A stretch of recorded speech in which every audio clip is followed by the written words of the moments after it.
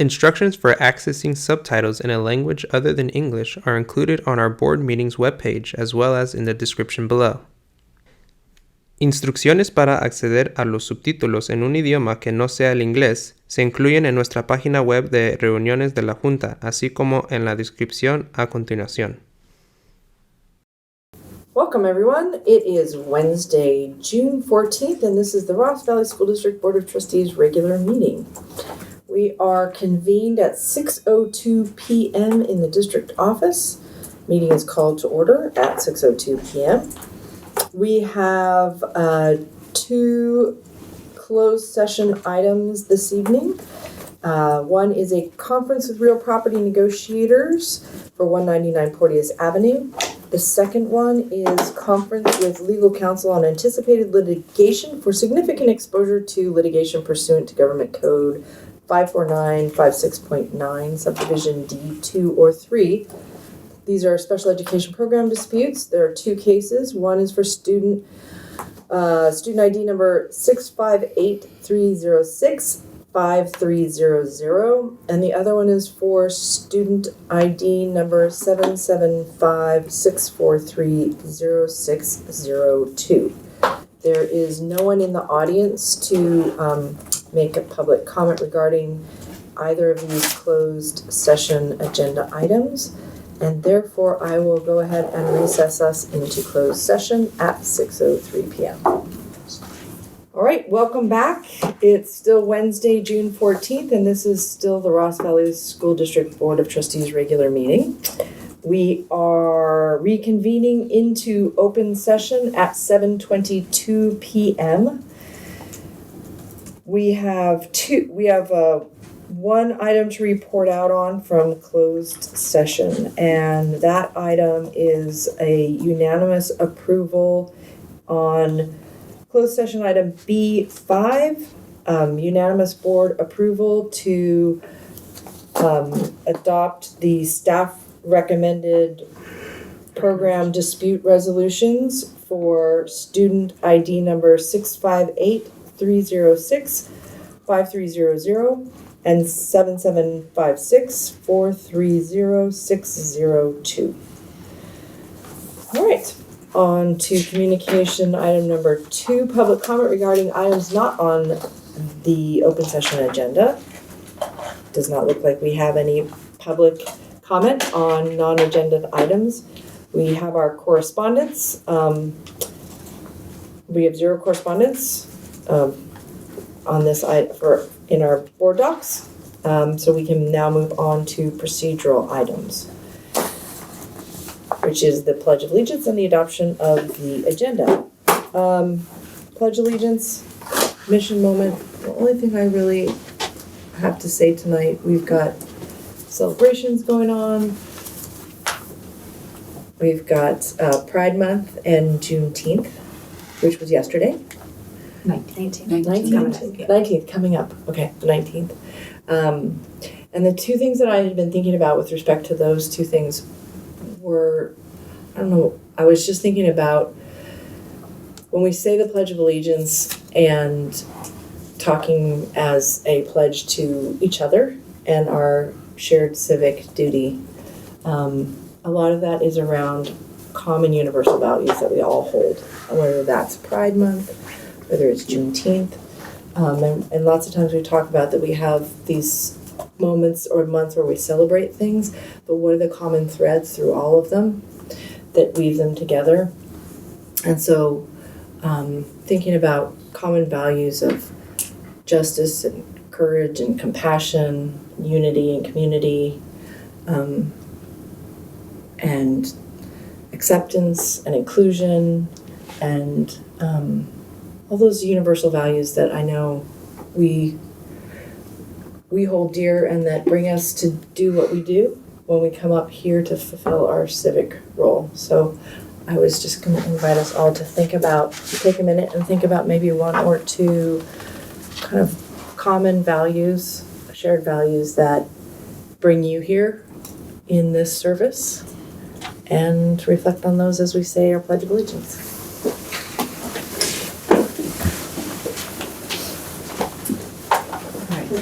pledge allegiance to the flag of the United States of America and to the republic for which it stands, one nation, under God, indivisible, with liberty and justice for all. All right. Does anyone have any amendments or questions about the agenda for this evening? Seeing none, I will entertain a motion to adopt. So moved. Second. Motion and a second. Ryan? Aye. Chris? Aye. Daniel? Aye. Rachel? Aye. Shelley? Aye. All right, we have our agenda. On to presentation action items. So we have recommended approval to a contract with Target River for strategic enrollment management services. Very exciting. Marcy? Absolutely, and I'm really glad that this evening Chris Koska, who's Vice President with Target River, is able to be with us tonight should you have any questions that I can't answer.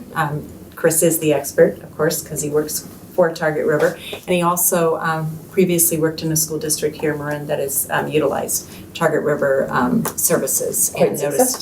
Quite successfully. And so I was really glad when Chris and I connected through a listserv that we both participate on, and I didn't know what when Chris left the Novato Unified School District, because we used to work together quite closely when we both were doing HR for our respective districts. And so I was very happy to see, especially that he's now with Target River, because I've been very interested and fascinated with how that all went in the Novato Unified School District. And so one of the reasons that I'm looking to have Target River come help us in this school district is Ross Valley School District, as we all know, has been experiencing declining enrollment for the past few years. We know that it is not just a Marin County or a Ross Valley issue, but that it is a statewide as well as a nationwide issue. And when we are looking to ensure, since we're a we're not community funded school district, we're an LCFF funded school district, every student who we have sitting in our seats matters to our schools. And it is one of the most important ways that our district can be funded or is funded is through the local control funding formula. And that means that we need to maximize all students in our community to choose Ross Valley schools, as they have choices nowadays as families. And so one of the specific services that Target River applies in their work is that our district being so small, we don't have communication specialists, we don't have public relations experts or brand managers or that kind of thing, being a very small district. And for the price that we have here for one school year, there would be no less than 6 staff dedicated who have that kind of a background to help support our social media messaging, taking a look at our website. And the difference between Target River and other companies, if you will, that I've either talked to or we've actually worked with in the past, is that it required staff, district staff, to do all of that heavy lifting, where Target River does the actual content. And so videos, social media posts, those kinds of things for us that would be extremely helpful. So just anecdotally, in the Novato School District, which had been historically declining by about 100 students a year, when they implemented the services of Target River, not only did they not decline that 100 students, but they ended up gaining another 80. And I just talked with the superintendent who will be coming into the Novato School District over the weekend, and Novato's increasing enrollment continues. We're looking to be about 100 students up for next year. So I would highly recommend that our district consider utilizing Target River services to help us also increase our enrollment. And so there may be specific questions around, what are the specific strategies? What does it look like that that Chris can answer much better than I. And Chris, if you want to move to the table, thank you. Bring back some memories here. Hello. And then Daniel and I did meet with Chris to get an overview of the services that would be specific to Ross Valley. And there's a PowerPoint that is up on the website. I don't know, Chris, if you want to refer to it at all or just... I know the trustees I'm of happy to all. answer any questions, and if we need to, we can pull it up. Okay, great. If it'd be helpful. Marcy, you mentioned that there may be some possibility of doing this sooner rather than later for the next enrollment cycle, but maybe for targeting students for the 23-24 school year. Yes. Is that something we could actually accomplish before then, and getting out to the schools with pictures and social media and real content? I want to say yes, for certain, we could get some of the campaign going. It would be hard for us to get high-quality video campaign going, but we could use imagery that you have existing, and then we could see what we could pull together to make that happen. Our mantra is that we exist to delight our clients. So one part of that is never overpromising. I know that we could start a high-quality social media campaign with ads on the Meta platform, so Instagram, Facebook. We could start a campaign with Google search ads and Bing search ads, so that people are searching best kindergarten program, best transition kindergarten program in a certain geographic area that you help us define. That could be your school district or your school district and a little bit beyond the boundaries of your school district. We could definitely help with all that and have that campaign running within, I'd say, within a little more than 2 weeks, once the contract is approved. How long is the engagement before you're able to quantify impact and results? Once we start the campaign, each of our clients gets a weekly report that has all of the data that we see about the campaign. So you'll see the number of impressions. So that's the number of sets of eyes that see an ad, the number of sets of ears that hear an ad. And you'll see how many events have taken place as a result of that. So like every one of our advertisements has some sort of a call to action. And each of those calls to action we can track. So it'll bring most of the calls to action end up taking the viewer to a landing page, and on that landing page we have buttons that they can click to enroll now, to learn more, to send an email to a certain person in the district office, to make a phone call to a certain person in the district office. And we can track all of those things, and you see a report weekly from as soon as the campaign launches, giving you the results of how that campaign is working. So in results, and relating to the impressions, I saw the 1.1 million impressions. How do you determine whether those impressions are seen 2 to 3 times by one person? We can track. We can track with each ad. We can see like the saturation point, how many times people are seeing the ad. We not only can we, but we do cut it off so that we make sure that certain people only see certain ads in a certain frequency, so within a certain duration. So they might see the campaign, the ad 2 or 3 times in a week. Once they get to that threshold, then we block them from that campaign for a while, and then that's going to start up again at whatever, depending on the type of campaign we have, that time frame could change. And one more question, and I'll shut up, I'm so sorry. So you mentioned that this was used in another school district. There was an impact and showed increased enrollment. The information that I've received about our district is that declining enrollment has come from kids moving away. So where are we getting these kids that probably aren't here anymore to ensure that this campaign is actually targeted towards some impact? Right. We certainly can't and wouldn't market to somebody who's moved out of the community. But what we can do is help you continue to capture the largest percentage of students within your community as we possibly can, and at the direction of the district leadership team, we can choose if we do that marketing beyond the edges of your boundaries to advertise to families with 4-year-olds that live close enough to be able to realistically drive them to your elementary schools. And I'll be honest with you, when I first heard about this idea, I was a cynic. My chief business officer, Yancey Hawkins, and I were sitting at the table when our public information officer brought this idea up, and our superintendent, Jim Hogaboom, soon to be retired, congratulations, Jim, brought this idea to us, and we thought, this is not going to work. But then we were also the ones that watched the numbers, and it worked. I also credit our school staff, our office managers, who we really encouraged to be warm and welcoming and make sure that they were following up promptly with families when those phone calls came in and responding to emails.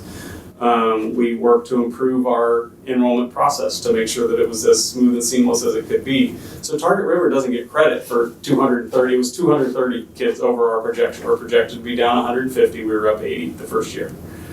I was a convert. And Target River doesn't get all that credit, but they get an awful lot of that credit for those families. So it's trying to find the kids that are in your community that aren't in your schools, or their parents are making a different choice, and convincing them that your school's the right place for them to trust their child. Do you think we have the right whatever infrastructure in place to be able to respond? Should we be wildly effective and be getting, that conversion from awareness to interest to desire to action?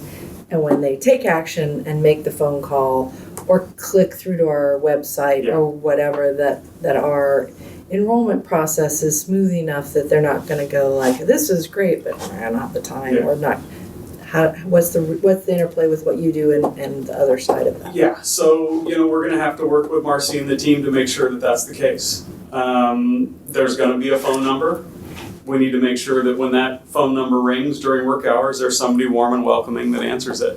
Right. We need to make sure that there's an email address, and when that email gets ding, that there's going to be somebody that provides a prompt response to that. I'll tell you, there's nothing more frustrating for us as a company than to hear that we just sent you 14 leads, 7 phone calls and 7 emails, and we check in on you to see what the quality of the leads was a week later, and you tell us that you don't know because you haven't had a chance to get back to them. It's like, so there is a point where we have to hand it off to you. We are going to work with the team on the landing page to make sure that the landing page is the sort of page that a kindergarten family wants to see, that starts to take them down that journey that you described from the PowerPoint presentation.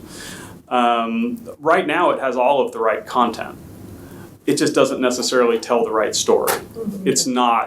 It's not something that creates that desire when you get onto that landing page. And we're going to help with that. That's the beauty of working with a full services marketing agency, is that if it falls under the umbrella of marketing, we can do it. This is just what we happen to be doing for you. Great. So I had a question. It says the cost for the contract. Yeah.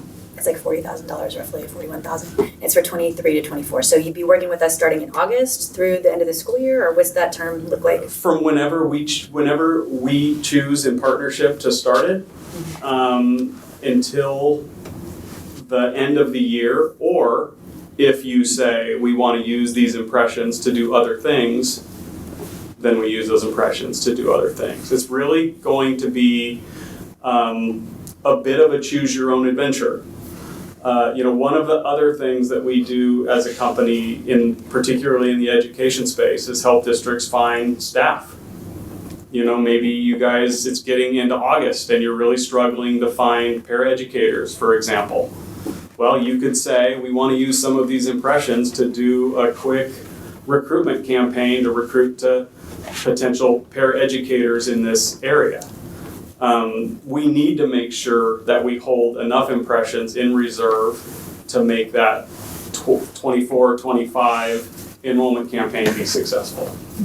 But we have more impressions in here right now than we need for just that. So that gives us the opportunity to do a little bit of the choose your own adventure. So the campaign could just run from August to July, or we could use it a little bit differently to serve your needs. That's all going to be at your discretion. So you could put something together for like a conference of teachers of color, and this would be a presentation of our district, and you could put something that could help recruit.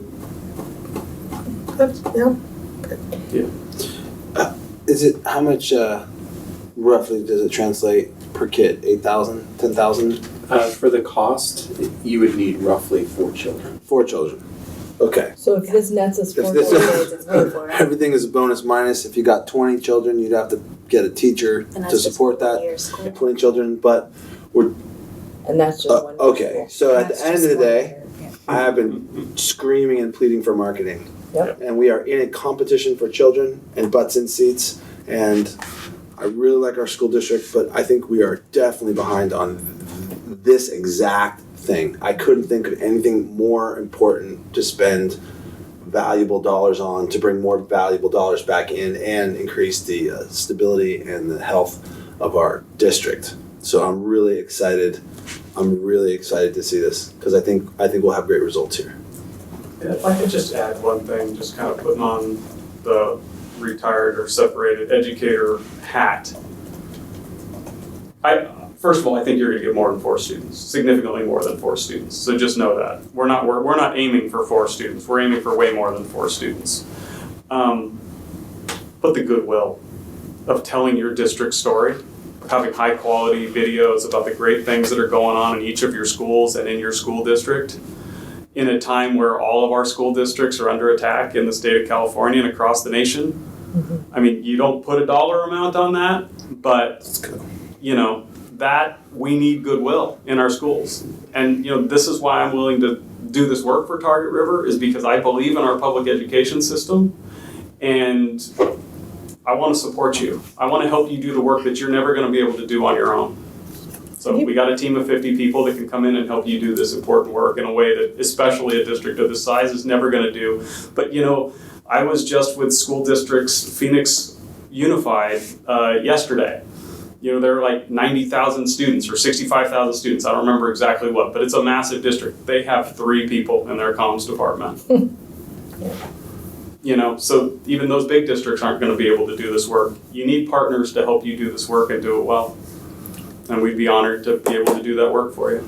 Has your pricing reflected the desired discount for entities like us? We did adjust the contract. There was some initial questions about the initial contract was at 1.6 million impressions, and the concern was, do we really need that many impressions in a district of this size? And so we brought down the number of impressions and we brought down the cost. Okay, great. Yeah.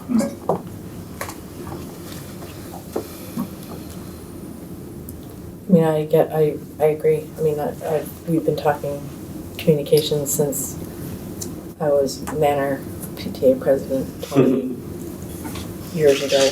But the big thing, this is not a silver bullet that's just going to solve everything. Right. It still takes somebody that, Yes. like a salesperson, as soon as a lead comes in, Yeah. you've got to answer the call, Yeah. you've got to call, you've got to follow up, you've got to.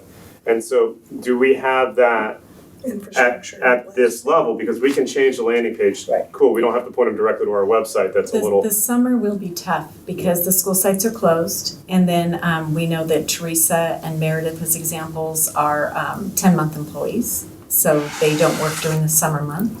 And so we have a couple of people in the business department. But I don't think we'd have a problem at all solving the ability to have someone be that contact, pay somebody on a timesheet to check the voicemails. The good news about our phone system is that all voicemails go to email.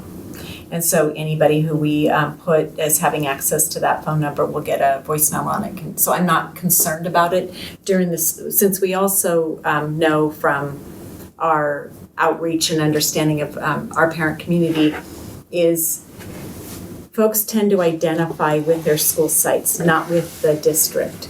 So although we can start some things to try to enhance our enrollment for this coming school year, I think where we're really going to see the changes or the impact is for the 24-25 school year.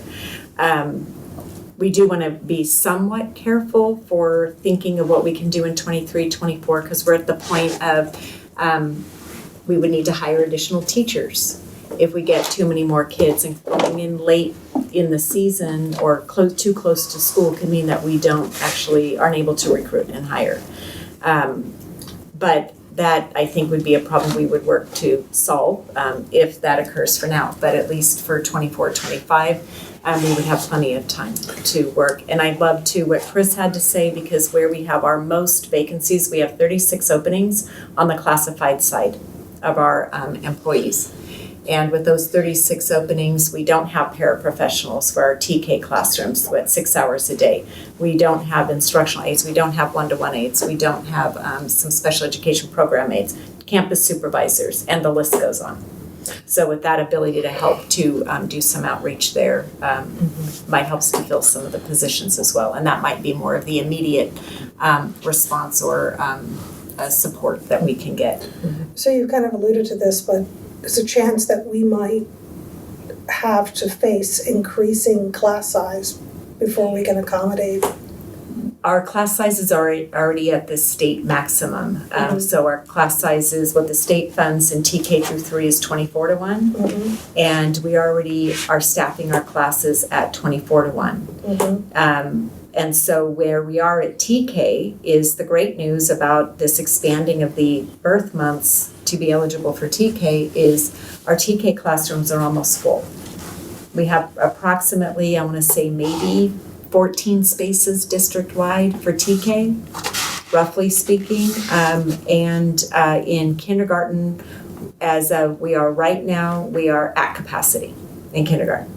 So where are we looking to fill the gap for butts and seats? At any grade levels. It varies by school at grade levels. As an example, right now, we could really increase enrollment at Manor School for kindergarten. Okay. And so at the other grade levels throughout, I don't have that data off the top of my head, but at some grade levels, we might have 7 spaces. Okay. At Whitehill, we are at capacity in 6th, 7th, and 8th grades, absolutely. Do we have, So more of the elementary and possibly upper elementary than lower. But we're looking at the long term here, not just a short term solution. and so the whatever immediate implementation that we might do for the 23-24 school year might be very, very targeted. And it might be like, let's just focus on Fairfax or that area and focus on the early grades in Fairfax, you know. Yeah, I mean, I want us to be really careful and strategic. I now view these dollars like they're my dollars, right? I mean, and these impressions like they're my impressions. And I want to make sure that however we use them, we really think they're going to benefit you and your system. So I think, you know, that's going to be key in deciding, you know, do we want to use these impressions for a small enrollment campaign that I would imagine, I don't know this community as well as obviously all of you know this community, but what percentage of families really haven't made up their minds and are open to have their minds changed in that community that we could do the marketing campaign in? And if we think that they've pretty much made up their minds, then, and we can't change, and we're not really going to change their minds, we shouldn't do a kindergarten enrollment campaign there right now. Now, because we're going to be able to do a short duration campaign because we have a short timeline, right? If your open enrollment period for 24-25 starts in January, and again, I don't know when it starts, but if it starts in January and we can start right after Thanksgiving pouring out these videos and getting people to see the great stuff happening in Ross Valley schools, each individual Ross Valley school and Ross Valley schools in general, then we've got a runway to make sure that we're giving these right when in that time period where they're thinking about what school they're going to send their kids to. If they want to write a check to send a kid to school, or they want to send them to this school where this other great stuff is happening, we want to help them make that decision. So I have zero concerns about a 24-25 campaign being successful. I do have some small concerns, and you know, we'll work in partnership for that. You guys know your community way better than I. But if we don't think it's going to have a big impact, I'd rather not do it. And I'd rather focus it on supporting staffing because I know the wear and tear that being short-staffed puts on our schools and our teams and the negative impact it has on kids. Okay. So, again, that's going to be your decision in partnership with us. But when I hear those different scenarios, I lean more towards the staffing, doing a concentrated staffing campaign to find those people. when you've got that many vacancies right now. And this sort of campaign, I believe, and my CEO and I argue a little bit about this, but I believe this sort of campaign works better in support of classified staff, because if you're on the certificated side, you're a teacher, an assistant principal, a principal, you know where the jobs are posted. You know you go to EdJoin, you know you fill out your application, you know you submit it and you get the job. If you're thinking about it, if you're a custodian, a future paraeducator, but you've never worked in schools, you don't know where that job's posted. You don't know how to find that job. So we need to help get that job in front of them. Help them see that they can find a career in Ross Valley, making a difference in the lives of their kids and their community. So I think it works really well with the classified side of the house. Great.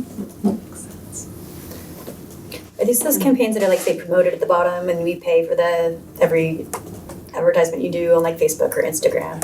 And do we pay for those, or is that part of this Everything contract? is included in the contract. This is an all-inclusive contract. You're not gonna get a bill for a video, you're not gonna get a bill for meta ads, anything. And if we don't, we promise we're gonna deliver things. If our campaign and the duration comes up short, that's on us. We've gotta figure out how we make up that difference. We're always gonna over-deliver compared to what we present to you. Are you using focus groups to determine some of these videos that you're doing, or will you could bring them by us? I mean, how do you Not typically. We work with the superintendent or the comms team to talk about what the stories are that they think are the best stories for us to tell. And then we send out the videographer to the school sites to capture that footage. They usually go out with the principal, walk around, see the things that make that school special, the best stories to tell. We turn that into in this case, the couple of 30-second videos for the enrollment campaign, and then the 90-second videos for other purposes to say the great things that are happening on your schools. You approve everything before we push it out through any social media channels, any other communication channel. Before anybody sees it, you approve it, you sign off. And the superintendent, in this case, would approve it and sign off on it. Do we have to bring this back out to public? Yes, we do. I was just going to say, unless there's any other questions, we don't have any other public here to make public comment. So thank you for reminding me. Just for the listening audience, there's no one here in the audience to make public comment. So I'll make a motion to approve the use of Target River for strategic enrollment management services. I second it. all right, motion and a second. Ryan, Aye. Daniel, Aye. Chris, Aye. Shelley, aye, Rachel. Aye. Let's go. Thank you. Thank you. Here we go. Thank you. Give you a All right, call we're gonna tomorrow, do great work. Chris. Yeah. we'll be Give calling you a you. call tomorrow. I'm gonna be careful though when you call me. Yeah, you are. No, Yeah. yeah. Well, if I only text you, yeah. Okay, just don't take a ask for text gift from me. cards when you Yeah, I will not. Thank Hey, you. Chris, we're gonna use these dollars well, I promise. Thank you. All right, Thank guys. you, Thank you. Chris. Thank you. Good night. All right. That's great. Thank you for finding that, bringing it. And if I can just add Yeah. before we go on to the next item that when we did contract with Schoolmint a year ago, and they did kind of a what was it called, Teresa? Assessment? Mystery shopper. Oh, mystery shopper. Yeah, Like a mystery they shopper. did a mystery shopper, and where we got super high marks was everybody who answered the phones and answered the questions, The and responder. the responses from anybody who picked up the phones when they called. And they tried people at the sites as well as here at the district office. So we already know we have that targeted customer service of how our sites, but any additional support that Target River will be able to help us with, we're going to take back to our principals and AAs and staff here at the district office and be sure that they're aware of those additional customer service elements that will be beneficial. And we also own the content that they create. Yes. So it's ours. So the videos, all of that. So we can reuse that. Yeah. This is so good. I'm so excited. I'm really fired up for this. We need this. Hey, good job. All right. Thank you. All right. Moving on to recommended approval of the 2022-23 tentative agreement between the Ross Valley School District Board of Trustees and the California School Employees Association Golden Hind Chapter 1719.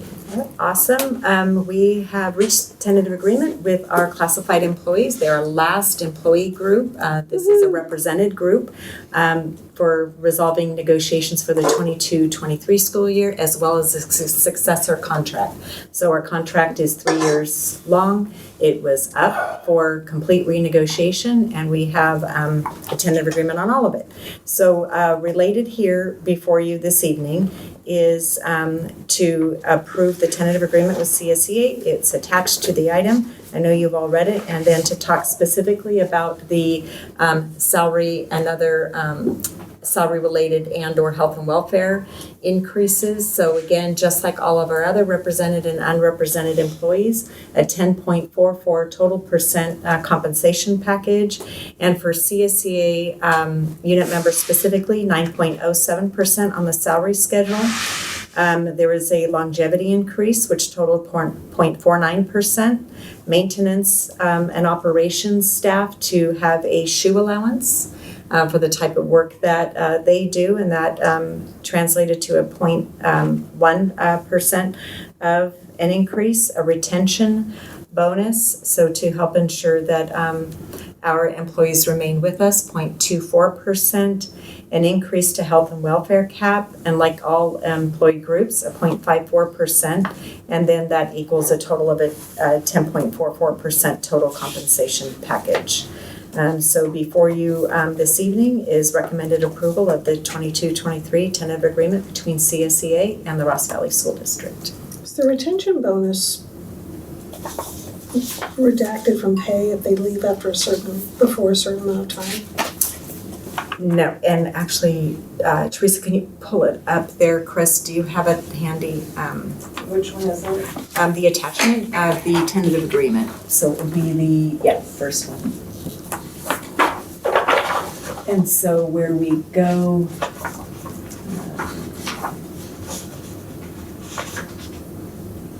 I'm going to stop.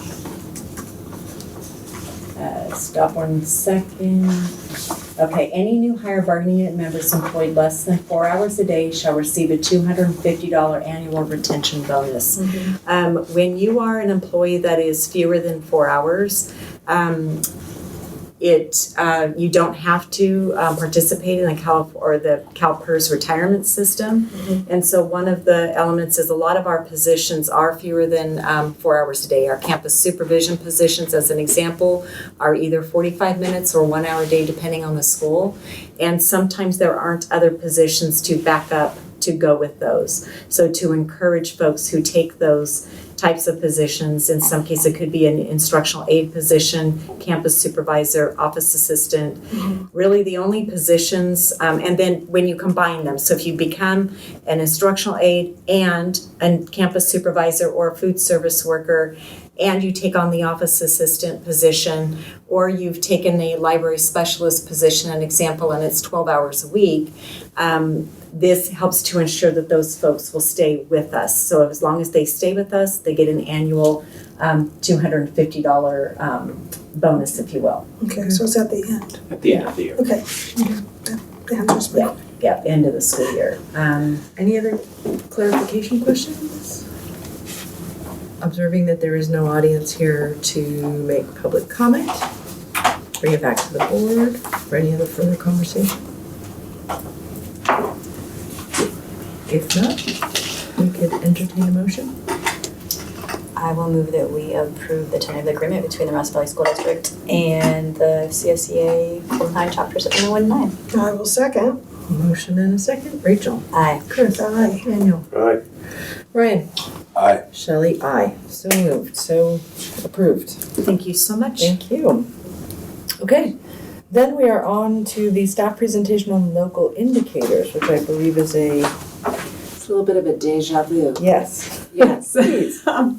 And so although we did present on our local indicators at the May 31st board meeting, since that evening we learned that they must be presented in conjunction with the LCAP, so we're bringing them back this evening.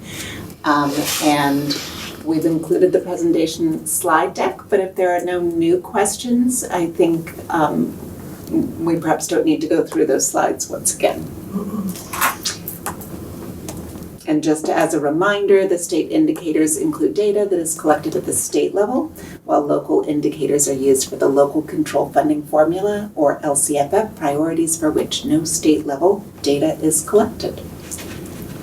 And this is just an informational Just an FYI. item. Yeah, we don't Yeah. have to make a motion on this at all. No, it right? just needed Okay. to be in conjunction, so next year we'll do that. Okay, Good. One time only. sounds good. And again, noting no public comment. So we can continue to move forward. Thank you. Given that it is in conjunction, the next item is adoption of the local control and accountability plan for 2023-24. And Julia again. All right, and so per Education Code sections 42127 and 52062, two separate governing board public meetings held at least one day apart are required for the school district budget hearing and budget adoption. In addition, the LCAP public hearing must occur at the same meeting as the budget public hearing, and the LCAP adoption must occur at the same meeting. And the LCAP item, must precede the budget item at each meeting. And as you know, the public hearing was held on May 31st. And the only change to the draft of our LCAP is that since the May 31st public hearing, staff did hold our consultation with SELPA representative Rebecca Minich. So that is the special education local plan area. And as a result of this consultation, we just provided further clarification around where we had members of our staff as well as parents who are representative of our students with disabilities. And so serving on our LCAP advisory committee, we have, of course, our Director of Student Services, Eric Sable, and we also added in that we have always had, as a part of our teacher leadership group, Delight, a special education representative, and this year that is Sarah Hom, one of our SDC teachers. And so with that, we recommend the adoption of the 23-24 LCAP. Any clarification questions? I'll make a motion to adopt the local control and accountability plan for 2023 and 2024. And the only thing I will say for the listening audience is, again, there's no public comment, so. I will second. And a second. All right, Daniel. Aye. Chris. Aye. Shelley. Aye. Rachel. Aye. Ryan. All right, wonderful. Then we have, following on the heels of the local control and accountability plan, the recommended adoption of the 2023-24 district budget and multi-year projections for 2024-25 and 2025-26. Thank you for the opportunity to discuss this again this evening. We did have the public hearing at our last board meeting on May 31st, and I wanted to remind the board that we did have the salary settlement that happened right after we completed the publication of the initial adopted budget. And so between the May 31st board meeting and this evening, we did take an opportunity to update our budgets with that data because it was material to our numbers. So I do have a slightly altered presentation this evening. And so I am going to go through it really quick. There are no changes within our demographics, so even though I've included that, there's no need to discuss. Our P2 versus our funded ADA, again, there's no change with those numbers. And you can still see how we are declining in terms of our funded average daily attendance as we move forward. Again, no change. Within our assumptions, there are no changes within the assumptions themselves. The basic underlying assumptions remain the same. Our revenues, there were no changes within our revenues at all. And so those are exactly the same as what we presented. And you see that here within our multi-year, the same. Where there was the difference was on the expenses. And so what you'll see here is there's a slight tick up in our salaries and benefits. We're now at 78.9%. So we're approaching that magic number of 80% that I know that Marcy remembers, but that's usually as you're looking specifically at your unrestricted. This is our total general fund. And this particular slide, I did add one additional piece of information just so we could see what changed on it. So the numbers are exactly the same as what we had presented before, the salaries and benefits. I did update the CSEA salary settlement. It just flashed on us. You'll see a specific line right there, a specific row. And it's important to note that even though the salary settlement is for 22-23, there are multi-year projections that are impacted as a result of it. So you'll see those going forward. And so that does impact our total expenses. And so now for the current year, we're at $30,730,000 and just under $30 million for 23-24. And then what does that look like in terms of our multi-year projections? And so you do see what our reserve does, and it does go under 10% in the third year of our multi-year projection, which is for our adopted budget. The third year of our multi-year projection is 25-26. I do anticipate that to change, and I noted that within the document, the budget document. And the reason for that is oftentimes CBOs are accused of having really conservative budgets and that our numbers never pan out and we always close the books with more money than we expect. And that's intentional. And part of that is that there's a requirement in law that within each major object category that we, within the general fund and all of our other funds, that we have enough money within the budget to pay for the expenses that are shown. And you cannot have a negative amount within your budget for that by major objects. So major object would be like your certificated salaries, classified salaries, benefits, supplies. And so you always have to have a little bit more in there, and that just happens. And we do expect the number to be probably somewhere in the neighborhood of about 4% higher when we close for 22-23. And then that has an impact as you move forward. So I do want to point that out. But at this particular point, you do see our reserves down there, where they're at. And there's also, it's down, but it does come, I'm just looking at the net increase decrease. While it stays red, it does look like it's trending upward, and given our prior approval for the marketing and outreach, that could also then ameliorate the. But right now, we're looking at losing almost $1 million a year. Yeah. Our revenues are less than our expenses. Yep. Correct. That's a big number. Yeah. And so that is important to keep in mind as we move forward. And so with that, I think that really is. Let's go Target River. It does show the importance of the enrollment and the attendance, and really the reason that you see the declining revenues and those deficits that you see before you in the multi-year projections are because we're declining enrollment, declining attendance, and that has a negative impact, as we had shown in those slides, on the amount of funded LCFF revenues, local control funding formula revenues that we receive. Even though next year we're anticipated receiving 8.22% additional COLA, that's on a per student level. That's not what we're actually going to receive. We're going to receive something substantially less. And then as we move forward to the following year, the estimated COLA isn't enough to even make us whole. Our LCFF revenues are anticipated to decline in 24-25. So those are important things to note. And as we move forward, we'll need to have a multi-pronged approach to increase revenues and or decrease expenses. And we've talked about that at prior meetings.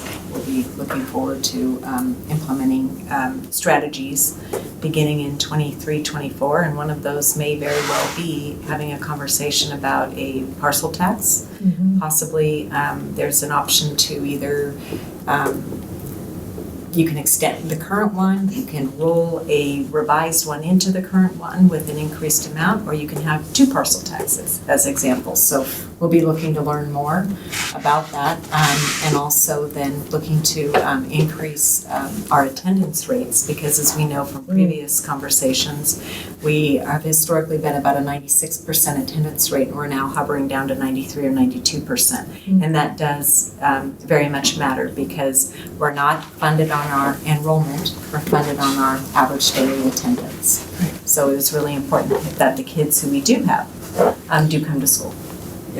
There's a good opinion piece today in the New York Times about just declining enrollments nationally. So this is, every district is dealing with this, and so we've got to stay on top of this and figure out ways of mitigating it. Absolutely. And Marcy, that's an excellent point as well, because if we have the same number of students next year as we do in the current year, if we increase that attendance rate by 1%, then our funded average daily attendance, or the average daily attendance for the year, let me rephrase that, would increase by 1% as well. So it does have a direct impact upon the district. That may be something to talk in terms of communications with Target River about as well, is whether they might be able to help with some internal messaging to our existing families in this area, because as you said, it is you get more people, but if you still have low attendance, that might be something that we could focus on this year. Yes, especially if there's going to be a situation where we have makeup days, because I've been explaining that to a lot of families at White Hill about why it doesn't matter for their children's grade if they go on Monday, but they should go because it helps the district. Yeah. A lot of explaining a lot. Like everyone was like, it doesn't matter. Please send your children. Yeah. And we've already started brainstorming at our administrative team meetings on messaging. And you may have noticed, for those of you who have children at White Hill and at Hidden Valley, there have been 2 messages that, or each of the schools have sent messages along with our school calendar about, here's our school calendar, please plan your vacations and other plans accordingly. Yeah. And so they've already started some of that messaging. We'll do it again as we get closer. Great. All right. Again, we have no public comment on this item. So if there's any other questions or discussions, otherwise we can entertain a motion. I will move to adopt the 2023 district budget and multi-year projections, 2024-25 and 2025-26. I'll second it. Motion and a second. All right, Chris. Aye. Rachel. Aye. Ryan. Aye. Daniel. Aye. Shelley. Aye. We have an approved budget. Yay. And then we'll learn what the state's budget is soon. And hopefully you won't have to come back with a 45-day revision. But if we do, then we do. We'll be back. As long as it's a positive. Yes. That's what Don't come back to us unless it's positive. All right, we're moving on to the recommended approval of resolutions 21-22-23 and 22-22-23 certificated local assignment authorizations.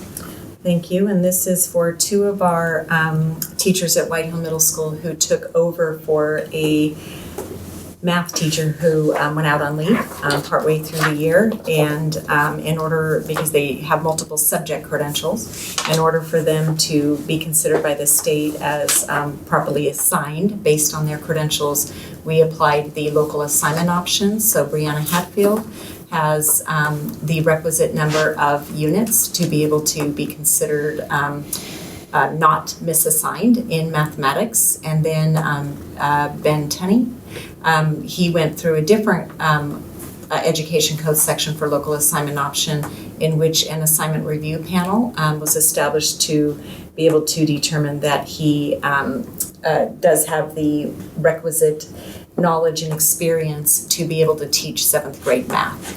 And as you may remember, you're like, wow, I recognize these names, and that's because at the beginning of last school year, we did the same type of resolutions for Brianna, Ben, as well as a couple of other teachers at White Hill in order to teach in the core setting. Right. So this is a different type of requirement. This is not a cord setting, but it was so thankful that these two teachers, as well as some others at White Hill who do have single subject math credentials, stepped up to be able to take over this teacher's classes. And we did not need to hire from outside of the district, but having that continuity of teachers at the school who the kids were already familiar with was absolutely a lifesaver and fantastic for us. So really appreciate that we were able to do this for them. So we do need you to approve the resolutions before us in order to ensure that they're not considered misassigned for 22-23. And this is just for the 7th grade math? Because This is only for the 7th grade. Those are the only courses that they took over. Gotcha. Were 7th grade. Any other clarification questions? We have no public comment. And so if not, we can entertain a motion. I'll move that we approve the resolutions 21-22-23 and 22-23. No second? Motion and a second. Rachel? Aye. Chris? Aye. Daniel? Aye. Brian? Aye. Shelley? Aye. So approved. We are now on to recommended approval of declaration of need for fully qualified educators for the 2023-24 school year. And this item is something that we do annually. It is something that is required by the state, that in the event that we employ teachers who aren't yet fully credentialed, in order for us to apply to the state for some kind of a permit, like a general education excuse me, just called a GLAP, and that's how I know it. Anyway, whatever it is, it's the ability to get a permit in that, an intern credential for somebody who is still in a credential program. It might be somebody who's come from out of state and there isn't a reciprocity, because a lot of states do not have English language learner requirements, but California does. And so this allows us to get those folks on permits while they're working on completing their English learner certification. So this is something that we do annually, and we must have the declaration of need on file with the Commission on Teacher Credentialing prior to our ability to apply or help these folks apply for any type of a permit. So we do this in June so that we're ready to rock and roll by the time the new school year starts. Are the numbers always the same every year? They tend to, because what I typically do is I take a look at the potential of how many teachers could we potentially need. If somebody goes out on a leave of absence, as an example, I want to make sure that if I underestimate, then I have to bring a revised declaration back to you. So I anticipate our overall needs for the entire school year, whether it's a regular position or it could potentially be a long-term sub type of a position that would come open. Any other clarification questions on this? And again, no public comment. Entertain a motion. I will move to approve the declaration of need for fully qualified educators for the 2023-24 school year. I second it. Motion and a second. Chris? Aye. Daniel? Aye. Shelley? Aye. Rachel? Aye. Ryan? Aye. Okay. Declaration approved. Recommended adoption of resolutions 15-22-23, 16-22-23, and 17-22-23, authorization to sign on behalf of the governing board. And Chris Carson? This is one of those, or these three resolutions are three that we bring back every year, and they're required by the County Office of Education. It allows the district to, the district staff, the three that are included here, myself, Marcy Trey, and the superintendent, and Julia Wolcott, the director of curriculum and instruction, to sign things such as purchase orders and contracts. And so those are examples. And so this is just one of those perfunctory type of transactions. Which is, so it's an annual Once a year. redoing. Certification to sign. Yes. Yeah. It's nice to have it just annual, as a Yep. check and balance, to make sure that it's not like a standing thing that could be know who can sign. Yeah, could have some issues, so you don't have to, yeah, so. Any other questions on that? And again, no public comment? Yeah, I'll move to adopt the resolutions number 15, 16, 17 for 22, 23. Authorization to sign on behalf of the governing board. I will second that. Motion and a second, Chris? Aye. Rachel? Aye. Ryan? Aye. Shelley? Aye. Daniel? Aye. All right, sign away. No. Within reason, come on. Don't send text. We are now on to recommended adoption of resolution 18-22-23 tax anticipation notes, TAN notes for 2023-24. So this is also one of those that we do once a year. We happen to live in Marin County, which is very unusual the way the county of Marin operates. They allow districts to actually go negative within their cash, and because they have such large amounts, that they then, in essence, charge the negative interest to those districts during the period that you're negative. But the reason that they're able to do that is through the tax anticipation notes. And when districts receive funding, you don't receive it equally throughout the year. And so this just, what it does is allows us during the months that might be problematic for cash to go to them and go negative. We haven't had to go negative in a long period, but it is something that is out there. In other counties, they have to go forward with what's called a tax revenue anticipation note, and that you have to go out on the open market and borrow money, and there's a borrowing fee. Here, there's no borrowing fee. The only thing is you pay negative interest to the county, so that in essence, they can continue to fund everybody else who is positive. And a particular situation could come up in this next school year, since the state's budget is not passed yet, is there could be some deferrals. And so in the case of deferrals, this allows the district to be able to pay its bills. It's nice to be in a situation where we can leverage this without having any additional costs for borrowing fees, because those revenue anticipation notes are very expensive. Yeah, they are. Any questions? Again, there's no public comment. I move to adopt the resolution 18-22-23 tax anticipation notes for the 23-24 school year. The second. Motion and a second. Daniel? Aye. Chris? Aye. Shelley? Aye. Rachel? Aye. Ryan? Aye. All right. Next one, recommended adoption of resolution 19-22-23 transfer of funds. So this is also one of those that's done annually, and what this does, this allows us to transfer funds between funds in essence. So, for example, if you, we have within our child nutritional services funds, we have periods, for example, that we don't get paid from the state. We don't get paid generally until sometime in either late October or November.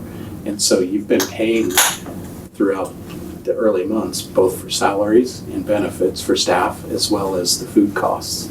And so then you start to get in those revenues. But during the interim, you've got to start to fund some of those programs with temporary transfers out of the general fund. This particular resolution allows you to make those temporary transfers. Okay. And so this is one of those things that is done every year as well. Okay. Any questions? No public comment? I make a motion to approve the Board of Trustees adopt resolution 19-22-23 authorization and transfer of funds. Second. Motion and a second. Ryan? Aye. Chris? Aye. Daniel? Aye. Rachel? Aye. Shelley? Aye. All right. Now we are on to recommended adoption of resolution 20-22-23 education protection account spending plan for 22-23-24 school year. So this is one of those perfunctory resolutions that we have to do every year. Several years ago, when the state approved Proposition 30, it was approved by the voters and sold that it was going to give education additional funds. That actually wasn't true. It was a shell game with the state, and in essence, we were flat funded, but part of that was that we had to, the portion of EPA Education Protection Account funds, which were provided under Proposition 30 and taken out from another area, we have to have a full accounting of how those are spent, and we can't pay for things such as administrative costs or administrator salaries. And so all you do is you pay for teacher salaries, and that's what we're doing with these funds. And this is just a resolution to tell the public this is what we're doing with it. And that's the 352,000. So lovely reporting for flat funding. Yes. All right. No public comment. Any other questions or motions? Make a motion that we adopt resolution 2022-23 educational protection account spending plans for the 23-24 school year. I will second it. Motion and a second. Ryan? Right. Rachel? Aye. Shelley? Aye. Chris? Aye. Daniel? Aye. Aye, aye. All right, we are on to approving of the joint use agreement with the Oak Hill School for the lease of the former district office building at Red Hill School and the concurrent approval of the California Environmental Quality Act Notice of Exemption. Chris, again. Yes. So we were approached by Oak Hill School, and they had an interest in leasing our facilities that we might have available. They had a need for a school site for basically 20 children. They have a location right behind us on Sunny Hills, and they just needed to expand because there's been such a large need for the population that they serve. The population that they serve are children with special needs. And so in discussing with them, they're interested in renting or leasing the entire main area of the district office down below. And at the at the rate that we have, it would be $9,661.50 per month. And so that amounts out to just under $116,000. You can see that within the budget impact. And what they would be doing is they would house just those 20 children.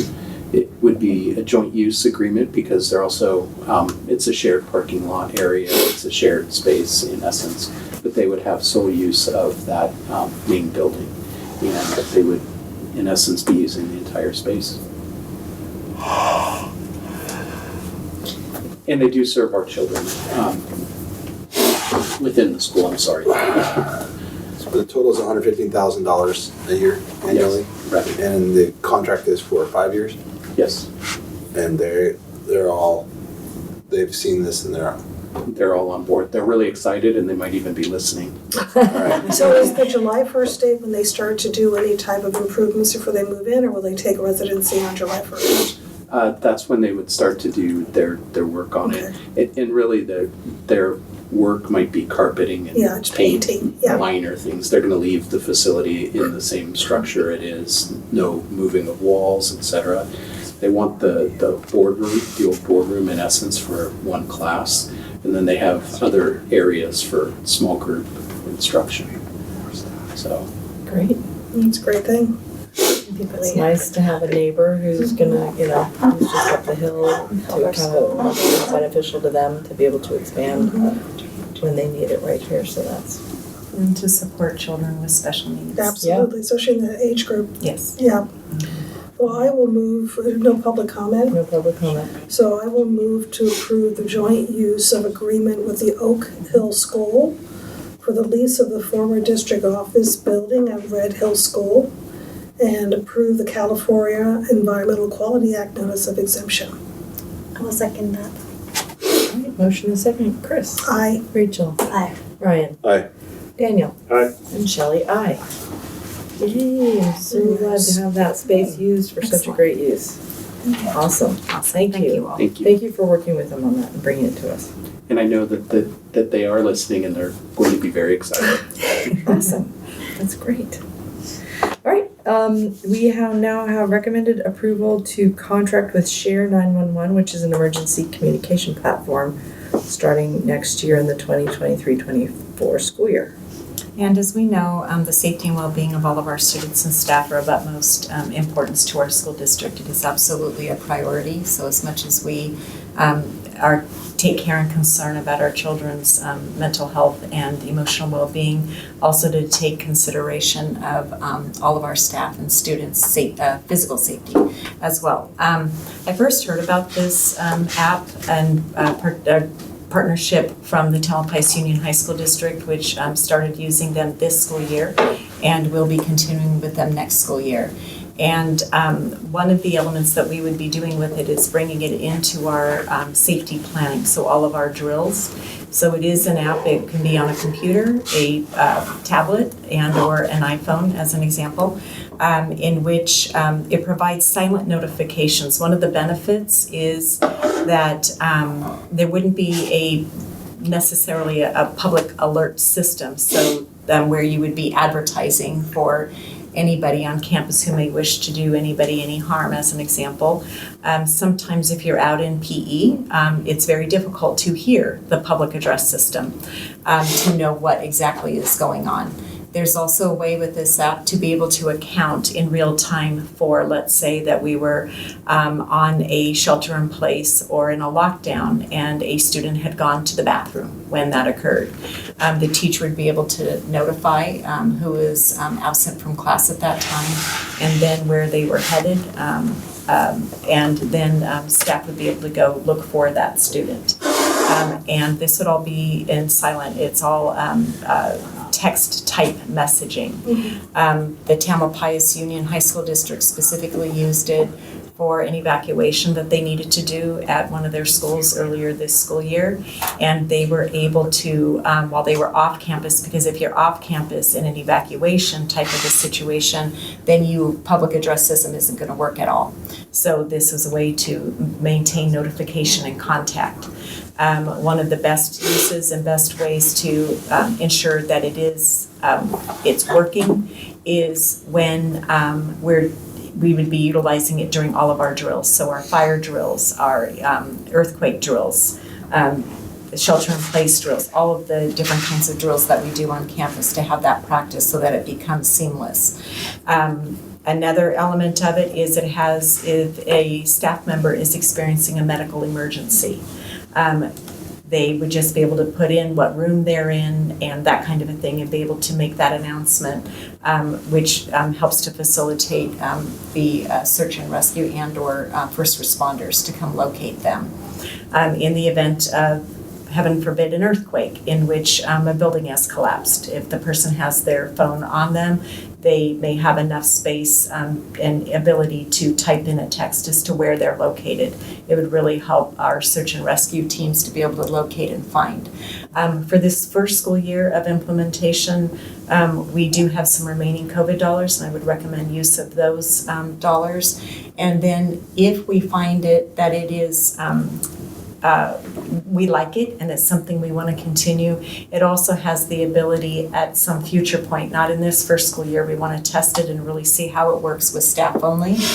But it could be something that we are able to push out to parents as well, so that when we do have a situation going on or near a campus, we can immediately notify all of our families. And it's in the demonstration that the owner of the company, Eric, did with us is he was able to walk Chris and me, Chris Carson and myself, through a number of the different options with that and how quick it is to provide that notification out. And then it also is the ability, and when I talked to Tartopie, superintendent of the Tamalpais Union High School District, if there happens to be someone pulls a fire alarm, if you're able to send out the direct message immediately that was a false alarm and there's no need to go into a fire drill, if you will.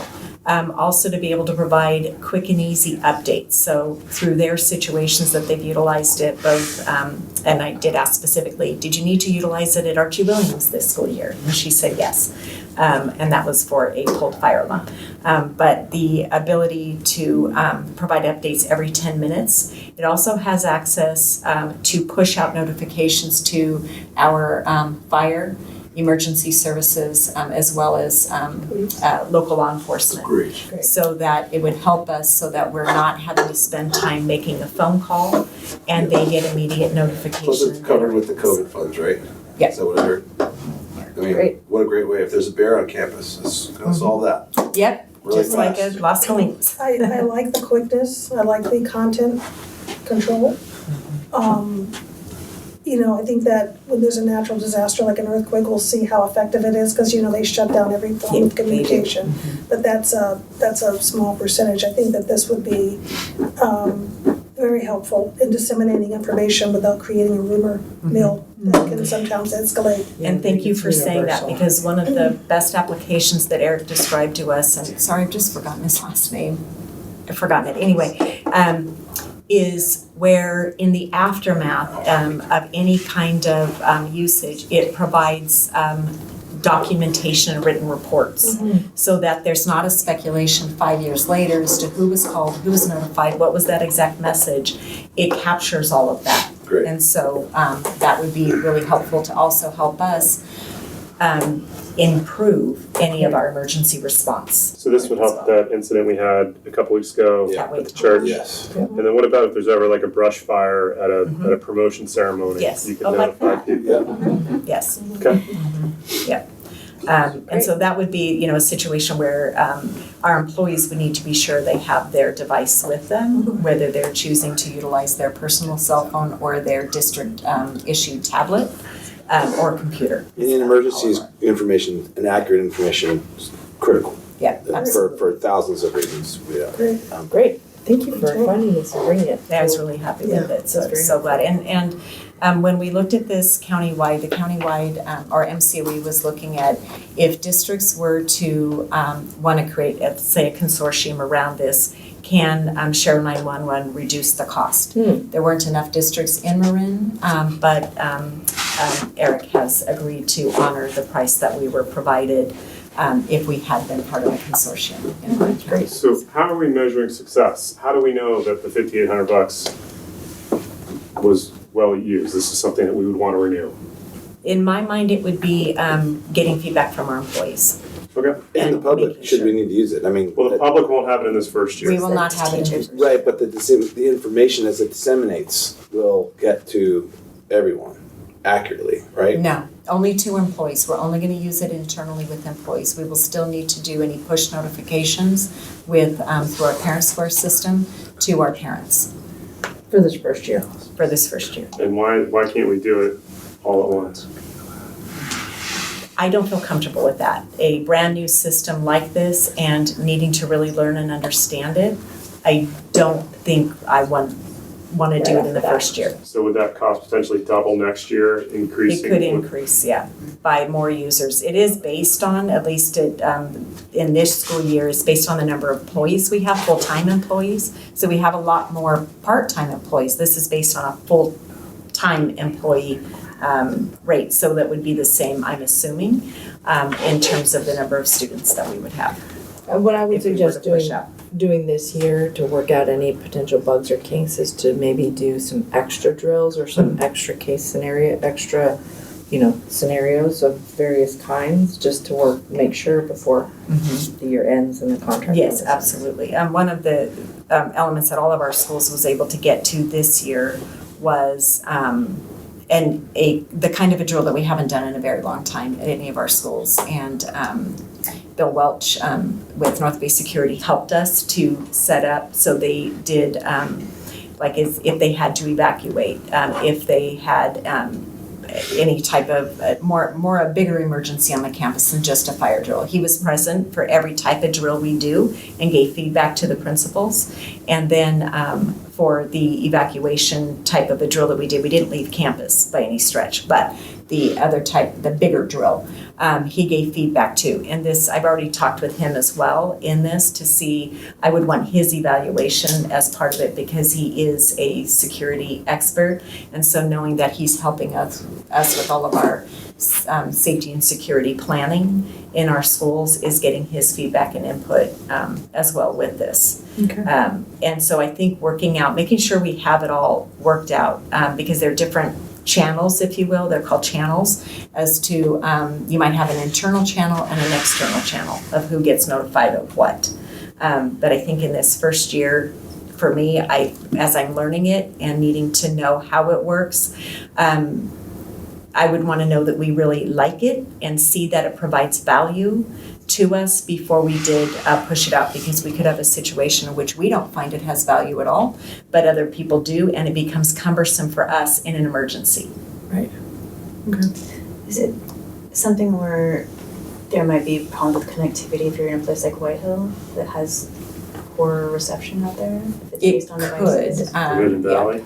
Yeah, Yes. in Valley. Mhm. Yeah, and we did talk with Eric about those possibilities, and he said that there are plenty of places where he has contracts with schools and other entities where it is not proven to be problematic, but we don't know for sure. He's going to be out next week, and he has asked if he could come by. He has been to our schools because he came to the Tamalpais Union High School District and walked every one of their campuses, so he's familiar with our area, and he would like to come out next week while he's here in the Bay It'd be Area. good to have him go to Hidden Valley just because we And know White that's. Yeah. In White Hill, 'cause they're Yeah. both dead zones.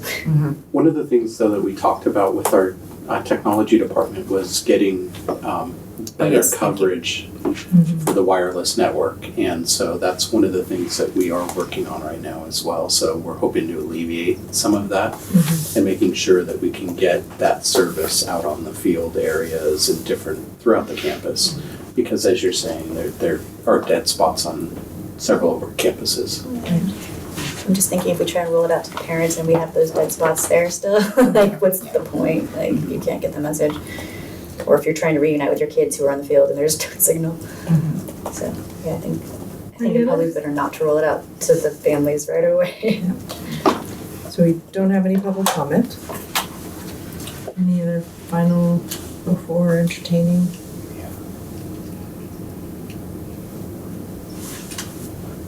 No, I motion to approve the contract with Shared 911. Second. Motion and a second. Daniel? Aye. Ryan? Aye. Rachel? Hi. Shelley? Aye. Chris? Aye. Right, thank you. And we have authorization to go out to bid for National School Lunch Program and School Breakfast Program. So this is me. This is a requirement for the National School Lunch Program and also the School Breakfast Program. And we have to go through the process of putting out a bid every 5 years at a minimum. And the issue with that is that you have to follow all of the state requirements for public contracting and bid. And the issue really is that we do not have kitchen areas that are large enough for us to produce food. And so this is one of the requirements for a district like us. This is not unique to Marin County. And as part of that, we'll be putting out a request to the local districts as well. You know, is this something that they could provide us meals as well? We don't anticipate any local districts to be able to provide that level of service to us. And in all honesty, we probably will not receive very many application or bid responses on this as well. We know of at least one company that previously had submitted a bid 5 years ago that no longer provides meals to education, and so they're out of business altogether. And again, this is one of the formalities. In this bid, is there a chance of improving the quality of the service? Knowing that my kids have a sugary bowl of cereal every day at 10:30 a.m. for their snack? Like who does that? I guess that's my concern is how do we improve the quality for all of our children in the schools through this program? Yeah, the one thing that they're required to do as part of this process is ensure that they're meeting the meal requirements the Through meal the National patterns School Lunch. of the National School Lunch Program as well as the school breakfast program. And so there are specific, if you go into the to the actual bid that we provided on here, there's specific pages that it shows you what that would look like. Give me 1 second, I'll tell you the page it's on. I think part of the problem that what I'm hearing though is the limited availability is part of the quality Yeah. challenge. There's only one vendor that serves Marin, you're stuck with the one Yeah. vendor. So if you look at page 31 of 36 on the actual bid document, it shows you the meal patterns, and it breaks it down between breakfast and also lunch. And they have to meet these minimum standards. So within these programs, there are requirements for everything: fruits, vegetables, dark greens, red oranges, beans, and legumes, milk, and also calories. And so they look at all of that. And so they're looking at meal patterns for the week to ensure that you're not serving things that are too high in fats, too high in sugars, etc. So that is part of what they do. To define sugar, white flour is sugar. That's what keeps a lot of people from participating in these programs. And one of the things with the free meals is that we want people to participate because it provides a service that shows that there's, demand, right? But when you come to Marin County and you look at a white flour bagel compared to whole grain cereal that you could quickly give your kid before going out the door, we're just not going to choose for the most part. So our demographic here is really challenged, with the lack of quality of good food for the kids. And I know as a parent I struggle with that. I don't know what the solution is because we're so limited in our choices. But I guess my question is are there any pathways, and probably not right now with this, but to look at local vendors? Good Earth. I think part of the reason that some of those local vendors are not serving the meals or due to the costs of, And the of them requirements. producing them. Yeah. And the requirements. The requirements are very strict. Yeah.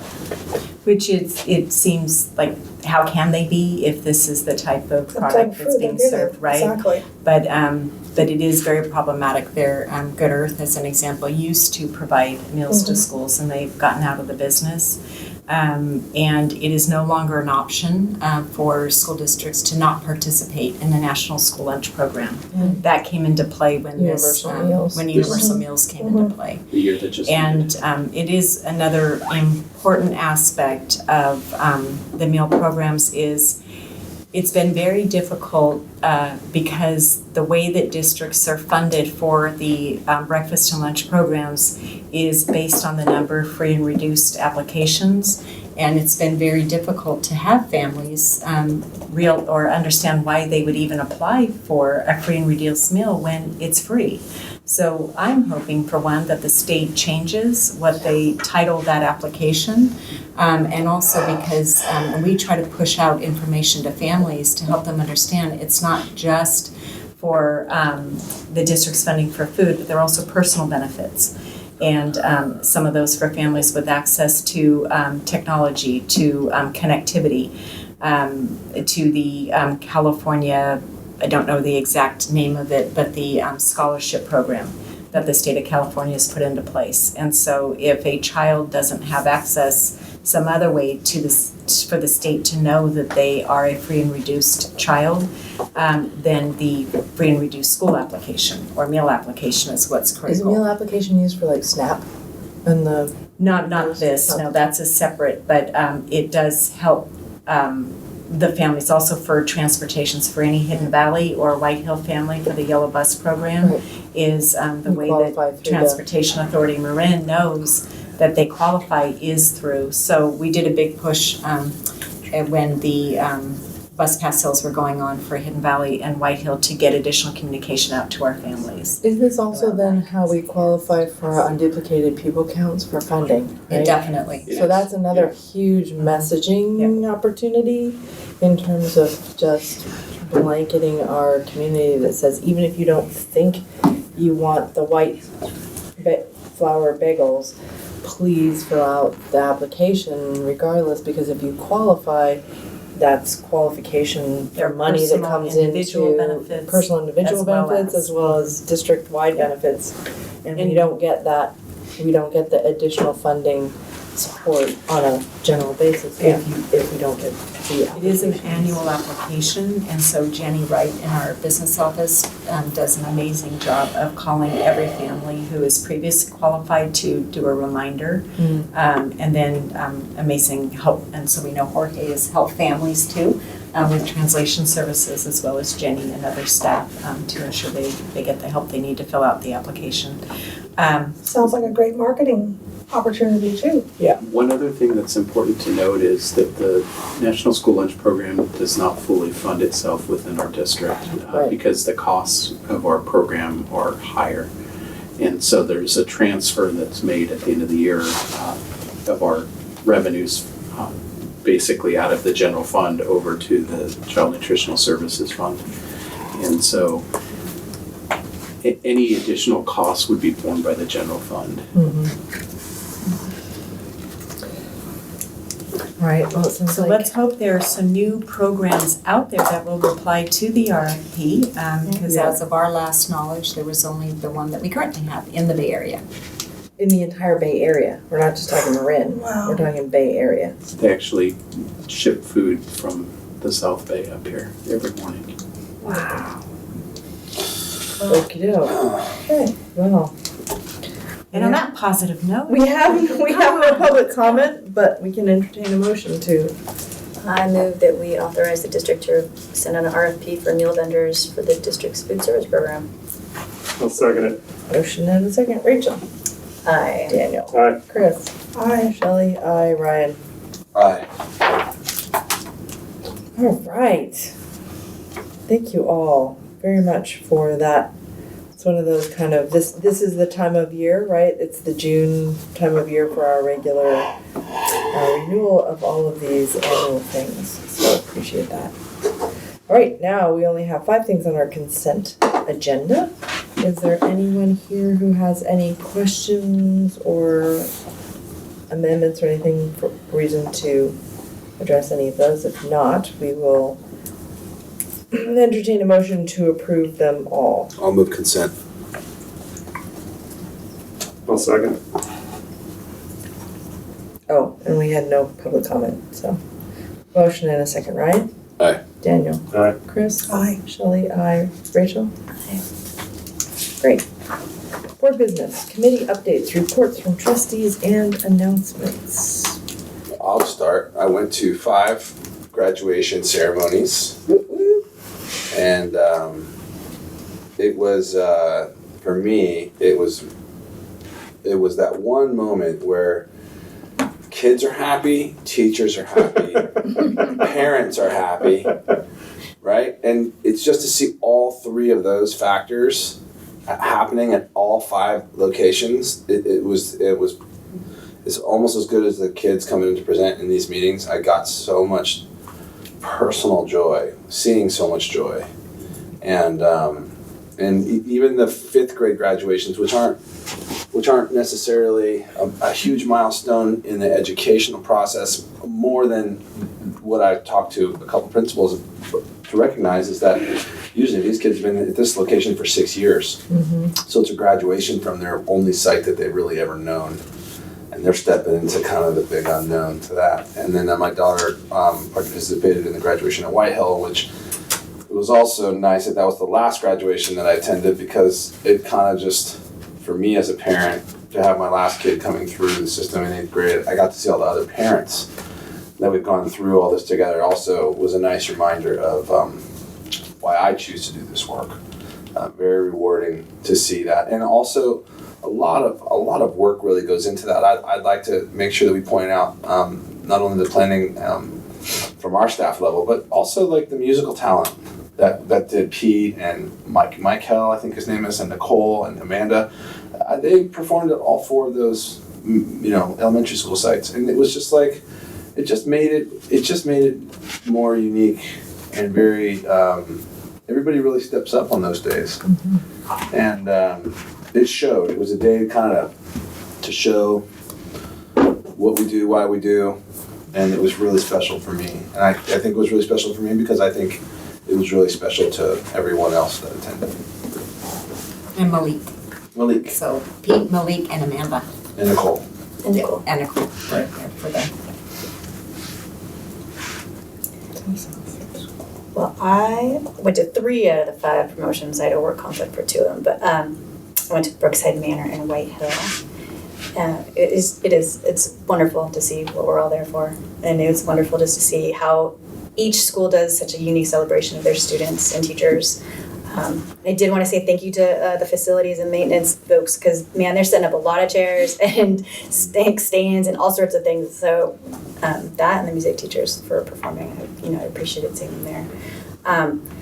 We also, Ryan and I attended the Fairfax Festival Parade with the 5 school mascots. Thank you very much. Thank you very much to all of the mascot wearers, but especially our little Brookside Bear, because we had a no-show and we had a student step up. So Josie, I told you I would say your name. Thank you so much for wearing that costume. She was a rock star, and she was blowing kisses to people out in the stands, and she was adorable and up for everything, and we were so proud of her. So, thank you. Who doesn't love a bear and an otter and a mustang?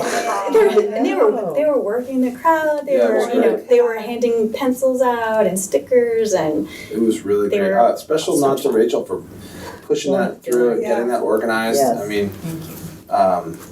You did a great job. You deserve the credit for making that a very successful outreach to the community, and it was very well received. It was really, it was wonderful to be a part of that for sure. Good job, Great Rach. idea, Shelley. Yeah.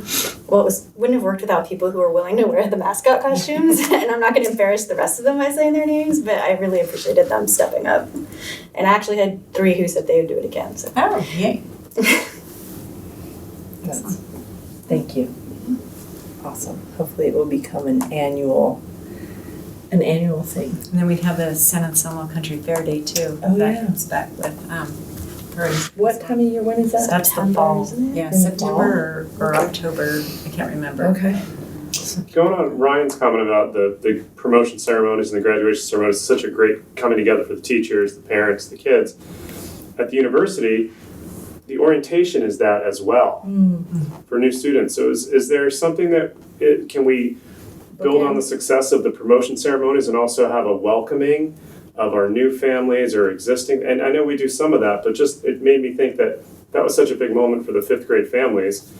How do we do something for all the families to kick off the school year on a positive note? Maybe it's just the back to school night, I don't know. But the university does kind of a formal ceremony each year. Not that that's the right thing to do, but just a way of kind of getting everybody excited, the new students excited, and families excited. I always found orientation to be almost more exciting than graduation. For me, in my role, right, it's the energy and the excitement around new people, starting and Yeah, and I'm still take that to 18. I will report out that as a volunteer, parent volunteer, we were serenaded at Brookside by each class. A special thank you, which was really sweet. Every grade level came out, and I will say a special shout out to the 5th grade class that did a dance routine directed by Stacy Walden in her chair, and it was quite moving. And then we all had a dance party at the end. Not everybody. Well, just me and Libby. Yeah. But it was a nice celebration for the students to thank all the parents and guardians who volunteered throughout the year. That was kind of very special. the premise of it. Awesome. They set up a cafe, they gave us coffee and pastries, it was really wonderful. That's so sweet. Wow. I think all of our schools did something for their volunteers, maybe That's a little great. different, depending on the school, but I did see in all the newsletters, Yeah. there were honors and celebrations and thank yous, because it does take an entire unit, Yep. including the school staff, teachers, staff, parents, and students, to all make the wonderful things that happen and for our kids happen. Yeah.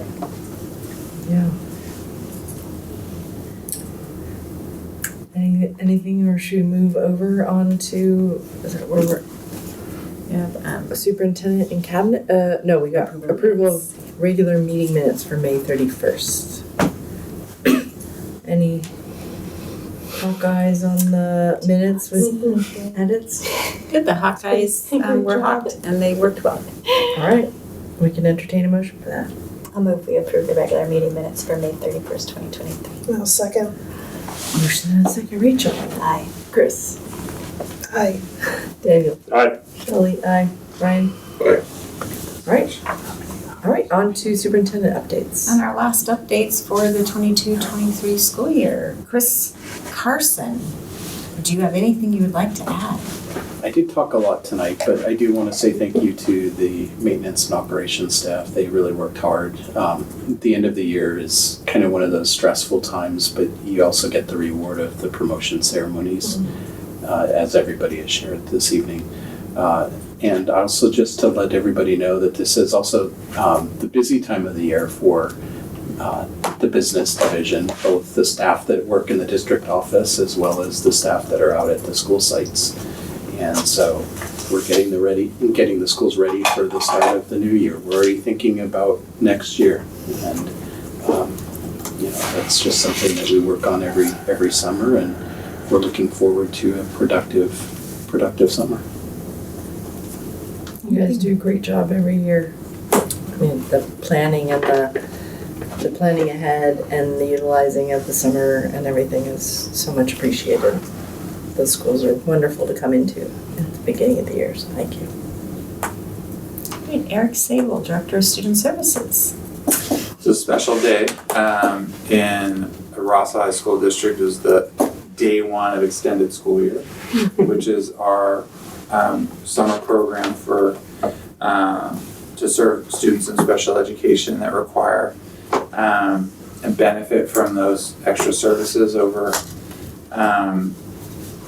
4 weeks of summer to get academic instruction, and for those that qualify, they get speech and language, occupational therapy, physical therapy.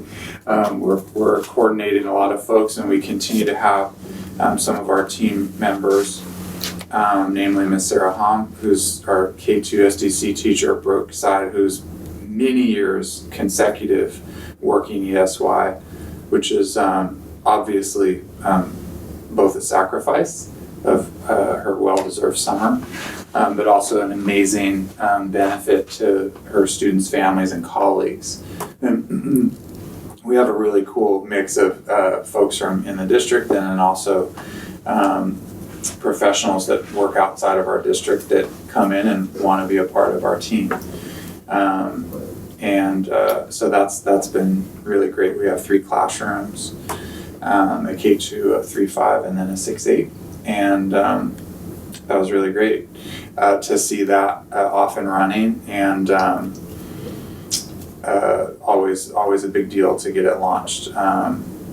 And I also want to, we don't ever necessarily see them in person, but my department works with a number of different agencies that we depend on to staff critical positions. We understand how difficult it is to staff, and how that's just a everyday part of life for our HR folks, and a constant cycle of recruitment and outreach and interviewing and hiring. And in student services, we're working with a number of agencies that have been so critical for us to be able to staff a paraprofessional position, some of our teaching positions, some of our specialists of OT and speech. So I just want to really appreciate all of them. Honestly, they're some of them have become very close colleagues of mine.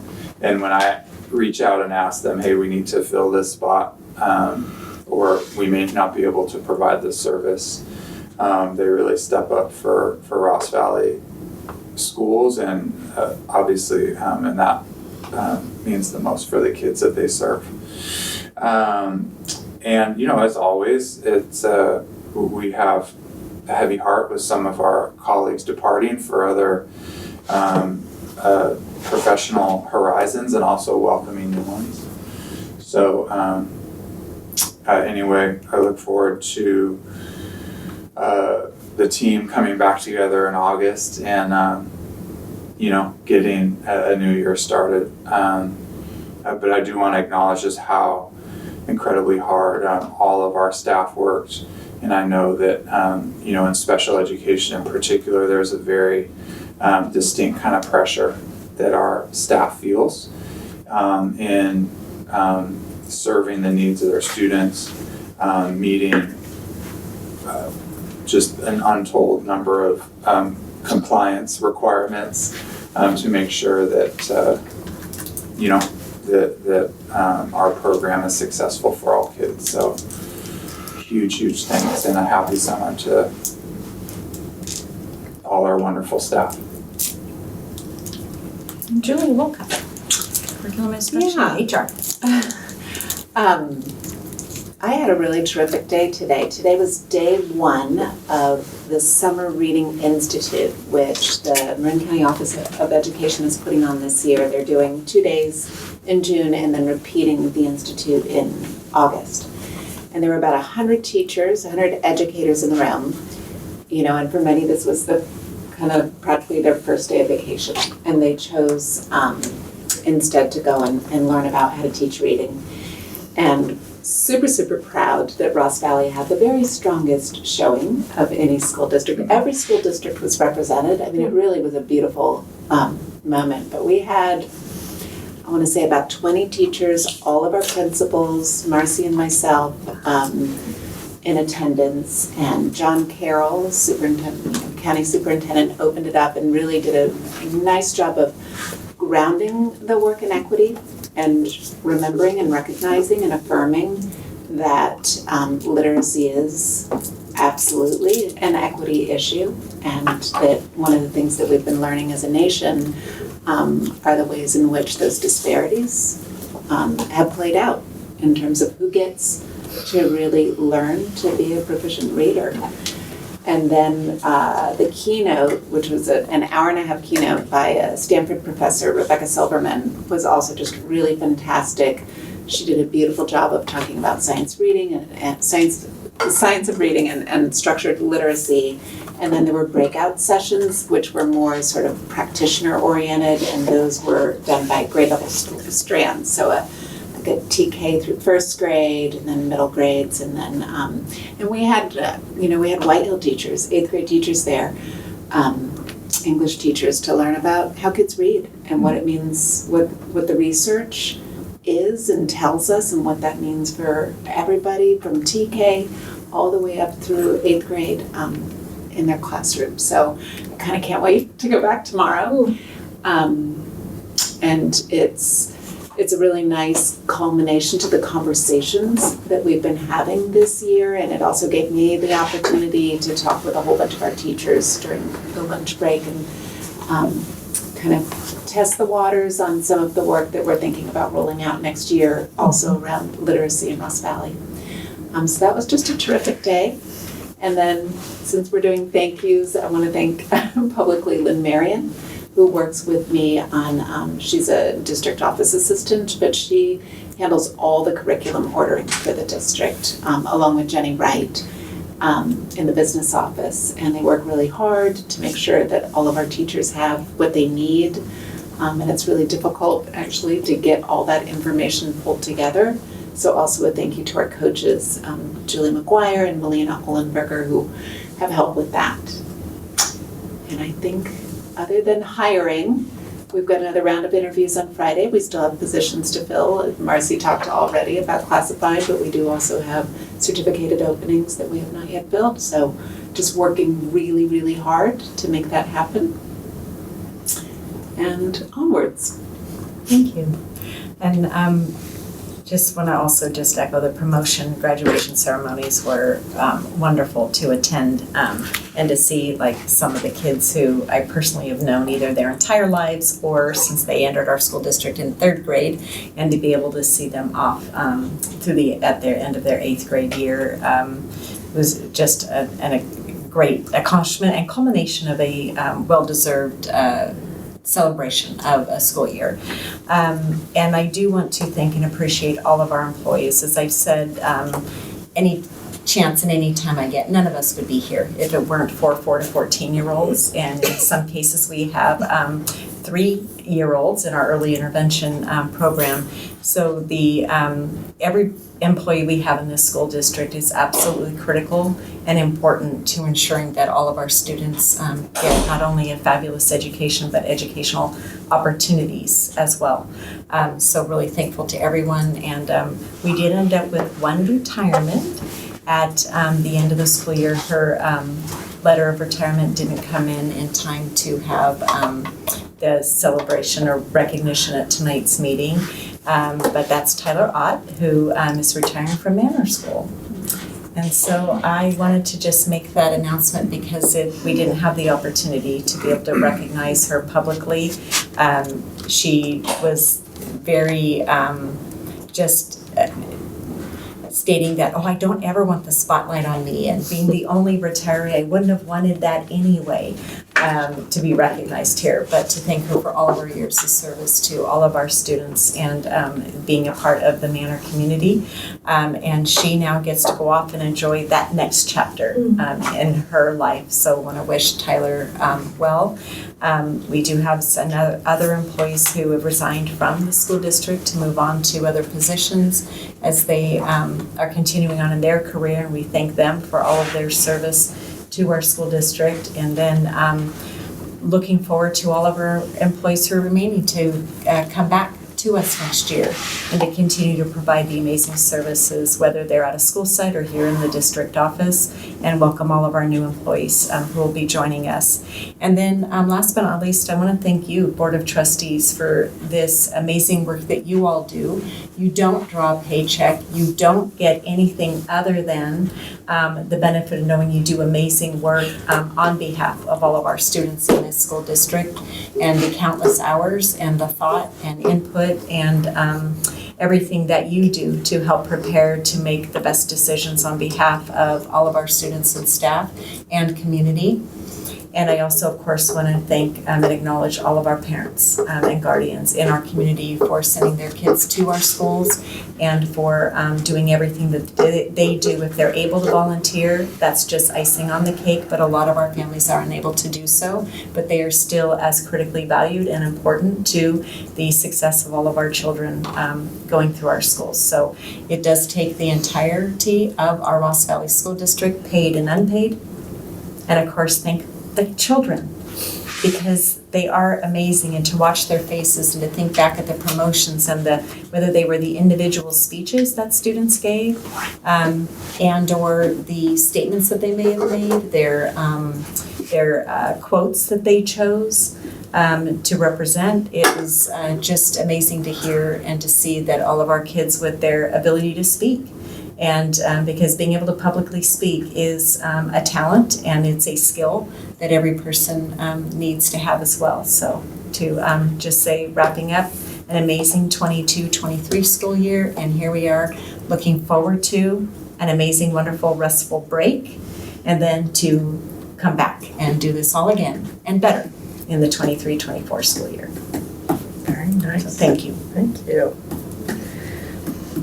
Which is a bit of a segue into, we're not going to go into closed session, so the future board topics and board direction. Remind us again of our meeting pattern over the summer.